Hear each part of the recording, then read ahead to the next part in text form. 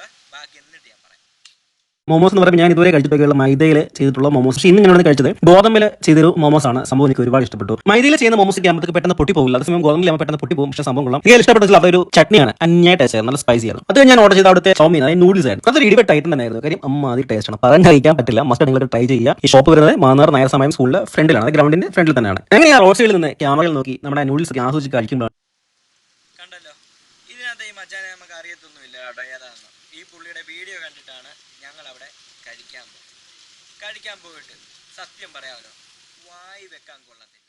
നിങ്ങളെ വിശ്വസിച്ചാണ് ഈ സബ്സ്ക്രൈബേഴ്സൊക്കെ അവരവിടെ വല്ലതും കഴിക്കാനും എടുക്കാനും ഒക്കെ പോകുന്നത്. നിങ്ങളുടെ ഈ വീഡിയോ കണ്ടിട്ടാണ്. നിങ്ങൾക്ക് ഈ ചുമ്മാതെ തിന്നാൻ കിട്ടുമെന്ന് കരുതി ഇങ്ങനൊന്നും വീഡിയോ എടുത്ത് ചെയ്യരുത്. കൊള്ളത്തില്ലെങ്കിൽ കൊള്ളത്തില്ല എന്ന് തന്നെയുള്ള റിവ്യൂ കൊടുക്കണം. അല്ലാതെ വായി വെക്കാൻ കൊള്ളാത്ത സാധനത്തിന് ഭയങ്കര ടേസ്റ്റ് നമ്മൾ ആസ്വദിച്ച് കഴിക്കുന്നതിന് എങ്ങനെ സാധിച്ചു അതാണ് എനിക്ക് മനസ്സിലാകാത്തത്. നിങ്ങളുടെ ഈ വീഡിയോ കണ്ടിട്ട് എത്രയോ ആൾക്കാർ അവിടെ പോയി കഴിക്കുന്നത്, അവരുടെ പൈസ നഷ്ടമല്ലേ.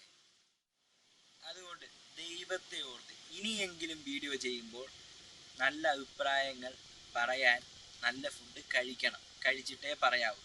ഈ കൊള്ളില്ലെങ്കിൽ നിങ്ങൾ ആ വീഡിയോ ഇടാൻ പോകണ്ട.